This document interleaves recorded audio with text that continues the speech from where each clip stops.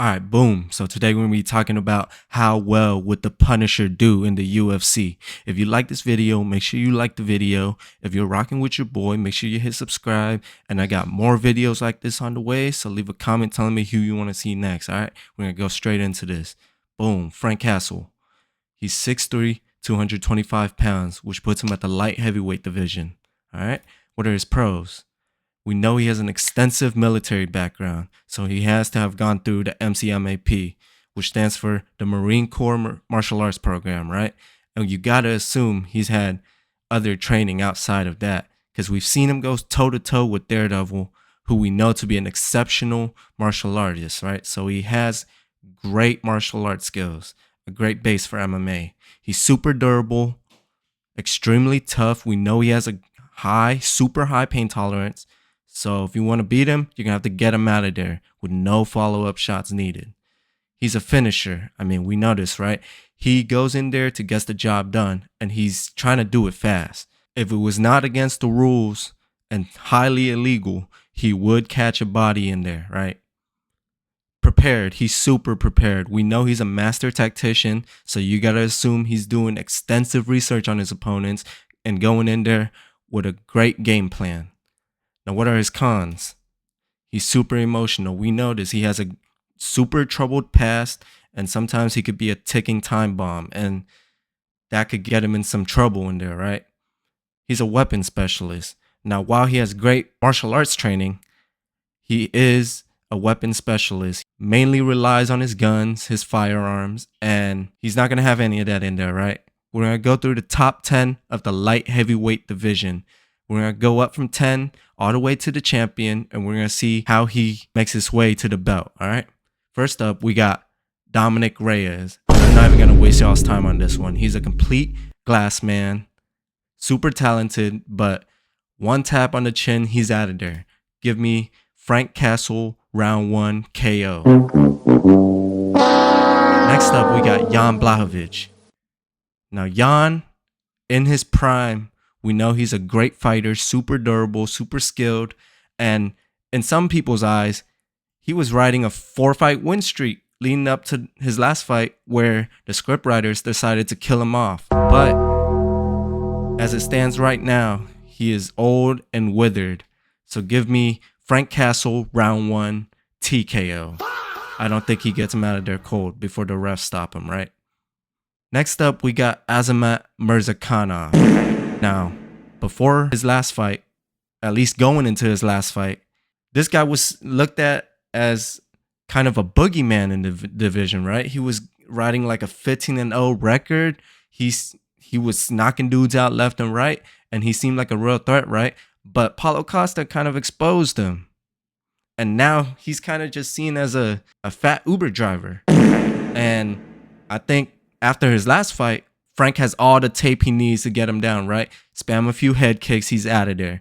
Give me Frank, round 2 TKO. I don't think he gets him out of there in the first round. Just because Frank might go in there and at first he sees him, he thinks, oh shit, am I fighting Kingpin? But no, it is just Azamat Murzakanov. Next up, we got Jamal Hill. Now, Jamal Hill, I know he's going to heavyweight, but he's still in the meta rankings. So for the sake of this video, we're just going to put him here in the 7th spot. Now, Jamal Hill. How does Frank get through Jamal Hill? Going into the fight, he might just see Jamal Hill and think, wow, this guy does not look like he should be in here with me. He might even take it easy on him. Take him down early, right? Easy. And then once he's on top, he might see Jamal Hill's thumbs up tattoos, get pissed off, and just finish him off on the ground. Give me round 1 TKO. Next up, we got Paulo Costa. Now, Paulo Costa, that's a tricky one, right? Because you look at him, you might think, oh shit, he might have the super soldier serum that Captain America got. Language. Frank might be super tentative going into this, right? Because Paulo, yes, he has a very imposing frame. He gets in there and, you know, it's a roll of the dice. Paulo might come in there starting fast, throwing with high volume, vintage Paulo Costa, right? We've seen Frank go up against Daredevil, who I feel like skill for skill just trumps Paulo Costa. Give me a 30-27 decision, Frank Castle. I don't think he gets him out of there. He might just think, oh man, this guy has the super soldier serum. I'm not going to engage too much, right? Next up, we got Navajo Sterling. Now, guys, don't let his undefeated record fool you. Before he fluked Jan, gave Ion Cutelaba his 12th loss, and slimed out Bruno Lopez, whose chin is a thing of the past, he went to war with Rodolfo Bellato. I'm not sold on this guy. Give me Frank Castle, round 1, TKO. Khalil Roundtree. Now, Khalil, right, he kind of has that kind of muscular frame that you see on Paulo Costa, except even denser, right? And we know he's a super fast starter. He's going to go in there trying to take Frank's head off. But Frank, he's a master tactician, remember? He's not going to be overwhelmed by that. He knows what Khalil's coming with. He's going to wait it out. Give Khalil something to work with. Round 2, Khalil gasses out. Give me Frank, round 2, TKO. Next up, we got the man himself, Alex Pereira. Now, I know he's in heavyweight now, but I feel like his best work was done at light heavyweight, right? Now, given Frank's stats, I think he goes in there with kind of the same frame, same kind of size as Alex, right? So Alex isn't going to be frame mogging him. And skill for skill, I feel like as far as striking goes, Alex might be a handful for Frank. Give me Frank 29-28 decision, just because I feel like Frank, he's not going to test the striking. He's smarter than that. He's going to take Alex down. And he's not, I feel like with Frank's frame, he's going to be more physical than Ankalaev. He's just going to double leg Alex, get him down. Easy peasy, right? Next up, we got Yuri Prohaska. Now, Yuri's kind of a tricky test for anyone, right? He goes in there, does a bunch of stupid shit, and you don't know if he actually knows what he's doing in there or not. Frank might be caught off guard by that, actually, right? He's never seen anyone like that, because everyone he fights, they're trained henchmen, they're other vigilantes, right?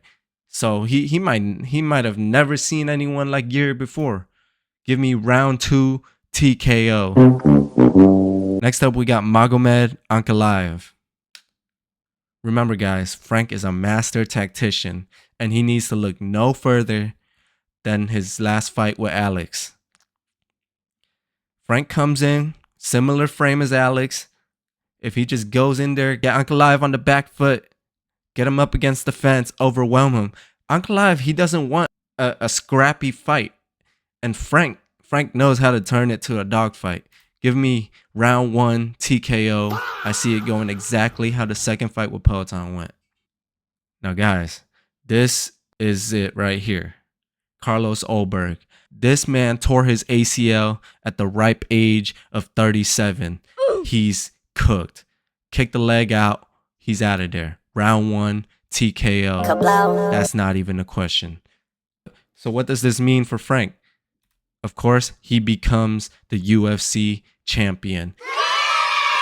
And I see him reigning over the division, especially given that the division has no real good grapplers that can really neutralize his aggressiveness, right?